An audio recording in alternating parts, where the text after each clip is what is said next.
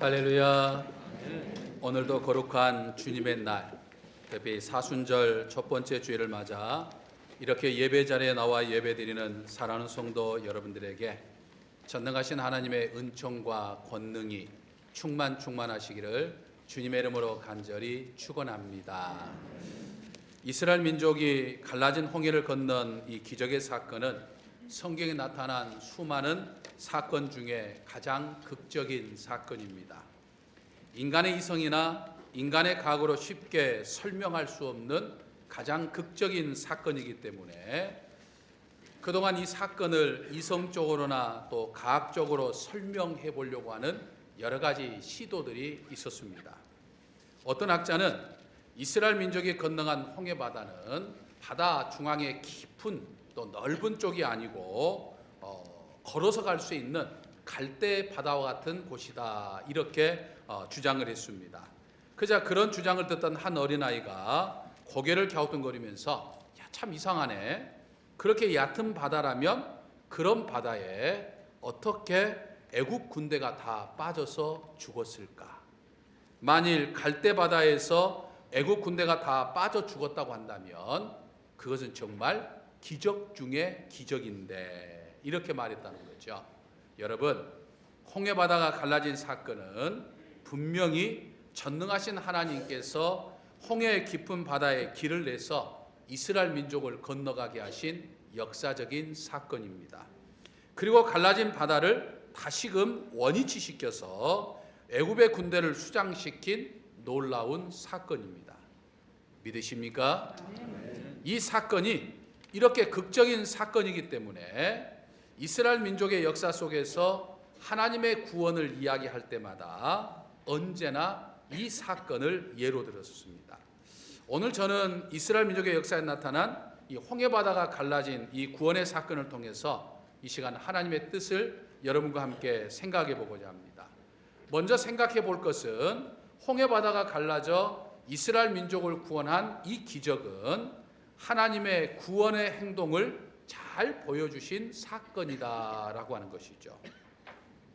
이스라엘 민족은 하나님의 이끄심으로 드디어 종살이하던 애굽에서 드디어 빠져나왔습니다.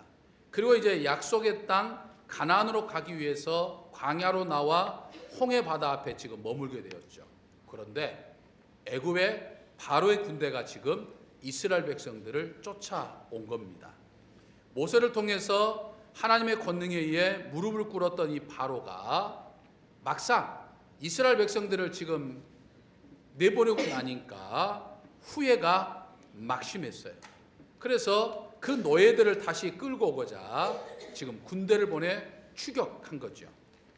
애굽에서 400년 동안 종살이하던 이스라엘 백성들에게 있어서 이 바로의 군대, 애굽의 전차 부대는 그야말로 한마디로 공포의 대상이었습니다.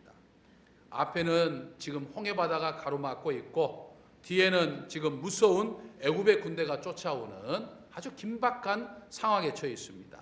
진퇴양난이요 사면초가의 상황에서 이스라엘 백성들은 지금 깊은 두려움에 빠졌어요. 무엇보다도 이 두려운 상황을 좀 빠져나갈 만한 것이 있어야 되는데 전혀 빠져나갈 만한 길이 보이지 않아요. 그래서 이 암담한 상황 속에서 이스라엘 민족이 할 수 있는 것은 아무것도 없는 거예요. 그야말로 속세무책입니다. 한마디로 말하면 요즘 말로 하면 그야말로 멘붕에 지금 빠지게 된 거죠. 근데 여러분, 우리가 가만히 생각해 보면 지금 이스라엘 민족을 이 길로 이끌어 가신 분이 누구십니까? 하나님이시죠. 사실 애굽에서 빠져나온 이스라엘 민족이 지금 약속의 땅 가나안으로 가는 길은 저 지도에 지금 사진에 나와 있는 것처럼 이집트 고센이라고 하는 곳에서 직진해 가면 술 광야가 나오고 술 광야 쪽에서 이제 부엘세바 쪽으로 쭉 올라가면 가나안 땅이에요. 이게 가장 지름길이고 편한 길입니다. 그런데 하나님은 모세를 통해서 출애한 이스라엘 민족이 고센 땅에서 직진하지 않고 남쪽으로 내려가게 하시죠. 그래서 남쪽의 숫곳과 비아히롯을 거쳐서 지금 홍해에 지금 이르게 하신 거예요. 그러니까 가나안 땅으로 직진하게 하지 아니하시고 지금 우회하게 하셨다라고 하는 거죠. 그러므로 하나님이 이끄신 길이요 하나님이 가라하신 길이니 하나님을 믿고 의지하며 두려워하지 않아야 하는 것이죠. 우리가 성경을 보든지 또는 기독교 2000년 역사를 보든지 여러분 하나님이 가라고 하신 길에는 사실 평탄한 길만 있는 것은 결코 아닙니다. 하나님이 가라신 길에 평탄한 길도 있지만 하나님이 가라시는 길에 전혀 예기치 않았던 고난과 역경의 길이 있는 것들을 보게 돼요.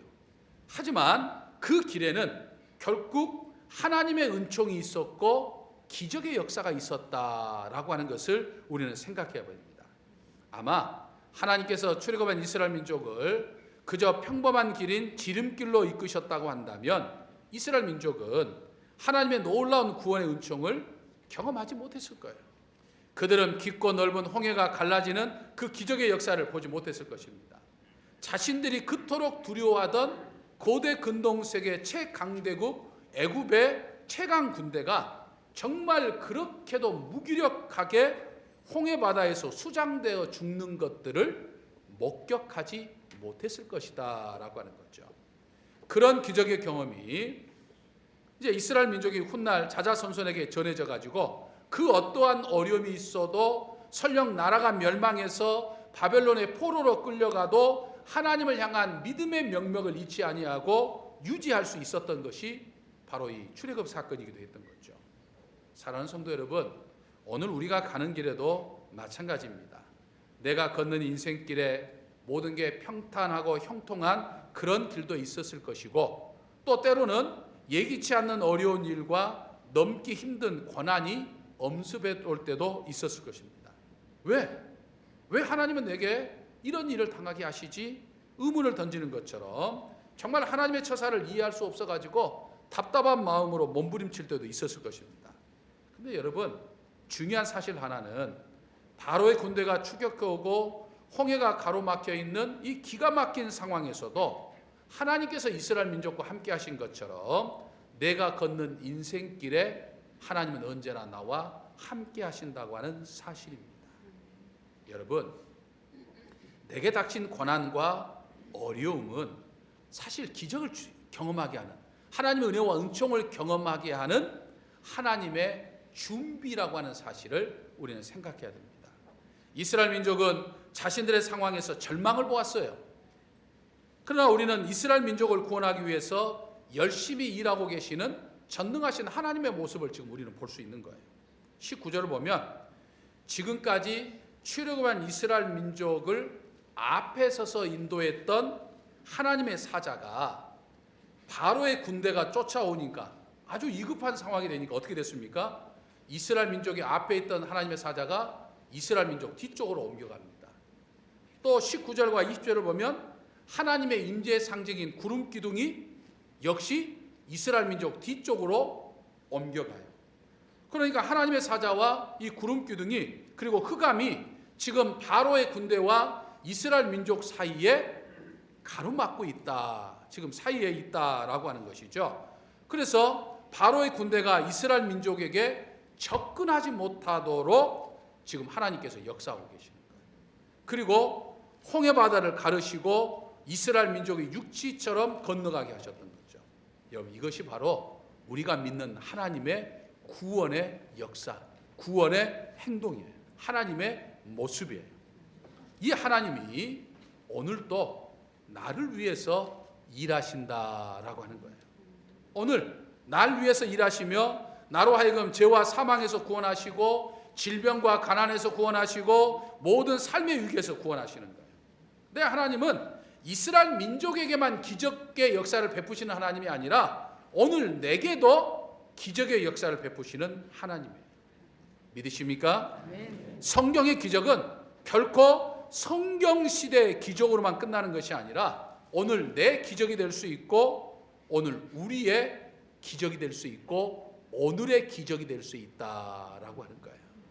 믿으십니까? 아멘. 다음으로 우리가 생각해 볼 수 있는 것은 내가 홍해바다의 기적을 체험하기 위해서는 기적 안으로 들어가야 한다라고 하는 사실을 우리는 깨달아 볼 수 있어요. 이스라엘 민족이 홍해바다를 건넌 기적을 흔히 모세의 기적 이렇게 이야기를 합니다. 또 그리고 오늘날 종종 우리 주변에서 바다에서 물이 갈라지는 것을 경험할 때 모세 기적이라 이렇게 말하는 것도 듣습니다. 하지만 여러분, 오늘날 모세 기적으로 불리는 그 현상과 지금 하나님께서 홍해바다를 가르시는 기적의 현상은 질적으로 달라요. 오늘날 모세 기적으로 불리는 바닷길이 열리는 현상은 그저 자연 현상이에요. 그러나 홍해 기적은 하나님이 직접 개입하시고 하나님이 직접 움직이셔서 하나님이 직접 가르시는 그런 사건인 거죠. 물론 오늘날 모세 기적으로 불리는 자연 현상도 참 신기하고 놀랍지 않습니까? 평소에는 바닷물이 차 있던 곳이 이제 물이 빠지기 시작하면서 육지가 생겨나고 사람들이 그 위를 걸어가기도 하고 또 조개라든지 여러 가지 해산물들을 캐는 어떤 그런 경험들을 합니다. 참 그것도 놀라운 일이고 신비로운 일이에요. 하지만 홍해 바다의 기적은 그저 바닷길이 열리는 것 정도가 아니라 지금 바닷물이 어떻게 된다고 했습니까? 그 깊고 그 넓은 바다가 물이 벽 위로 섰다는 얘기예요. 일자로 벽으로 딱 서가지고 있다는 얘기죠. 그러니까 이것은 결코 자연 현상으로서는 일어날 수 없는 현상을 지금 이야기하고 있는 거죠. 그러니까 이스라엘 민족은 그저 바닷물이 열리는 정도가 아니라 바닷물이 둘로 갈라져서 벽을 이루는 그 놀라운 기적을 지금 체험한 거예요. 기적의 주인공들이 된 거죠.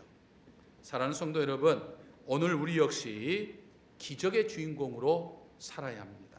왜냐하면 전능하신 하나님은요, 오늘도 나를 위해서 기적을 행하고 계시기 때문이다 라고 하는 거예요. 아멘이십니까? 그러면 어떻게 해야 내가 기적의 주인공이 될 수 있을까요? 히브리서 11장 29절의 말씀을 우리 한번 보면 알 수 있습니다. 우리 화면 한번 띄워줄까요? 네, 한번 같이 읽어보겠습니다. 믿음으로 그들은 홍해를 육지같이 건넜으나 애굽 사람들은 이것을 시험하다가 빠져 죽었으며. 아멘. 지금 히브리서 저자는 깊고 넓은 홍해를 육지같이 걷는 것이 이 믿음의 행위였다고 지금 말하고 있죠. 믿음이 있어야 한다는 거예요. 다시 말해서 홍해의 기적은 믿음을 가진 사람이 경험할 수 있다라고 하는 거예요. 믿음이 있는 사람만이 기적의 주인공이 될 수 있다는 거예요. 믿음하면 나도 결코 빠지지 않는다라고 생각할 수 있지만 막상 내 삶 속에서 내 상식과 내 이성에 벗어나는 그런 일들을 경험하게 되면 우리는 쉽지 않아요. 여러분, 홍해바다가 지금 갈라지는 현상을 한번 상상해 보시기 바랍니다. 양쪽에 지금 물벽이 세워질 정도로 아주 깊고 또 200만이라고 하는 사람들이 지금 건너갈 만큼 아주 넓은 바다예요. 우리가 종종 이제 아쿠아리움에 갈 때가 있죠. 아쿠아리움 가면 어떻습니까? 양쪽이라든지 위에 대형 유리로 물을 막아 놓죠. 그래서 물이 흐르지 않도록 하고 그 이제 가운데 길을 우리가 걸어가면서 이제 이 유리 사이 안에 있는 이 물속에 막 물고기들이 노는 것들을 우리 보게 됩니다. 근데 만일 여러분들 그 위에 막고 있는 유리벽, 그 다음에 양 옆에 있는 유리벽이 지금 금방이라도 깨질처럼 금이 가가지고 지금 굉장히 지금 막 물이 쏟아질 것 같다고 하면 그 통로에 들어갈 사람 누가 있겠어요? 아무도 없습니다. 근데 여러분, 홍해바다는 아주 단단하고 거대한 유리벽, 아무리 물이 많아도 무너지지 않는 그런 어떤 유리벽을 세운 그것이 아니고 지금 바로 옆에 지금 물이 그냥 서 있는 거예요. 물 기둥이 지금 물벽이 지금 서 있어가지고 금방이라도 물이 쏟아질 것 같은, 합쳐질 것 같은 그런 어떤 그 상황. 실제로 바로의 군대가 들어갔을 때 그게 물이 합쳐졌잖아요. 그러니까 금방이라도 지금 물이 쏟아질 것 같은 그 상황 속에서 쉽게 발을 내딜 수 없는 상황에도 불구하고 이스라엘 민족은 들어갑니다. 그리고 빨리 물이 합쳐질지 모르니까 얼른 나라도 살아야겠다 그래서 허들갑 떨면서 막 아우성치면서 막 뛰어간 것이 아니라 그냥 마른 땅 걷듯이 쉽게 그냥 건너갔다 이 말이죠. 그래서 히브리 저자는 이것을 믿음의 행위로 지금 보고 있는 거예요. 그러니까 믿음이 없이는, 하나님에 대한 절대적인 믿음이 없이는 물벽 사이로 들어갈 수 없는 거예요. 이렇듯 홍해바다의 기적은 하나님의 구원을 믿고 내가 받아들일 때 일어나게 되는 거예요. 오늘날 마찬가지예요.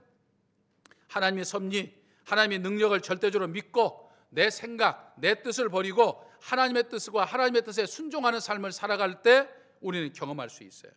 하나님을 전적으로 의지하지 못하고 하나님의 섭리와 뜻을 못 짜고 내 생각과 내 방법을 고집하는 사람에게는 하나님이 예비하신 기적, 하나님이 예비하신 은총, 하나님이 예비하신 섭리를 경험할 수가 없어요. 기적은 하나님을 전적으로 의지하며 하나님의 뜻에 내 삶을 맡길 때 일어나게 되는 거예요. 그러니까 기적의 주인공은 하나님을 믿고 하나님께 내 삶의 모든 것을 맡기는 사람만이 경험할 수 있는 축복이요 은혜인 것이에요. 내가 죄와 사망에서 구원받는 것도 하나님이 보내신 메시아 예수 그리스도를 믿고 받아들일 때 구원의 축복을 받아요. 그거 외에는 구원의 방법이 없어요. 구원의 주인공이 될 수도 없어요.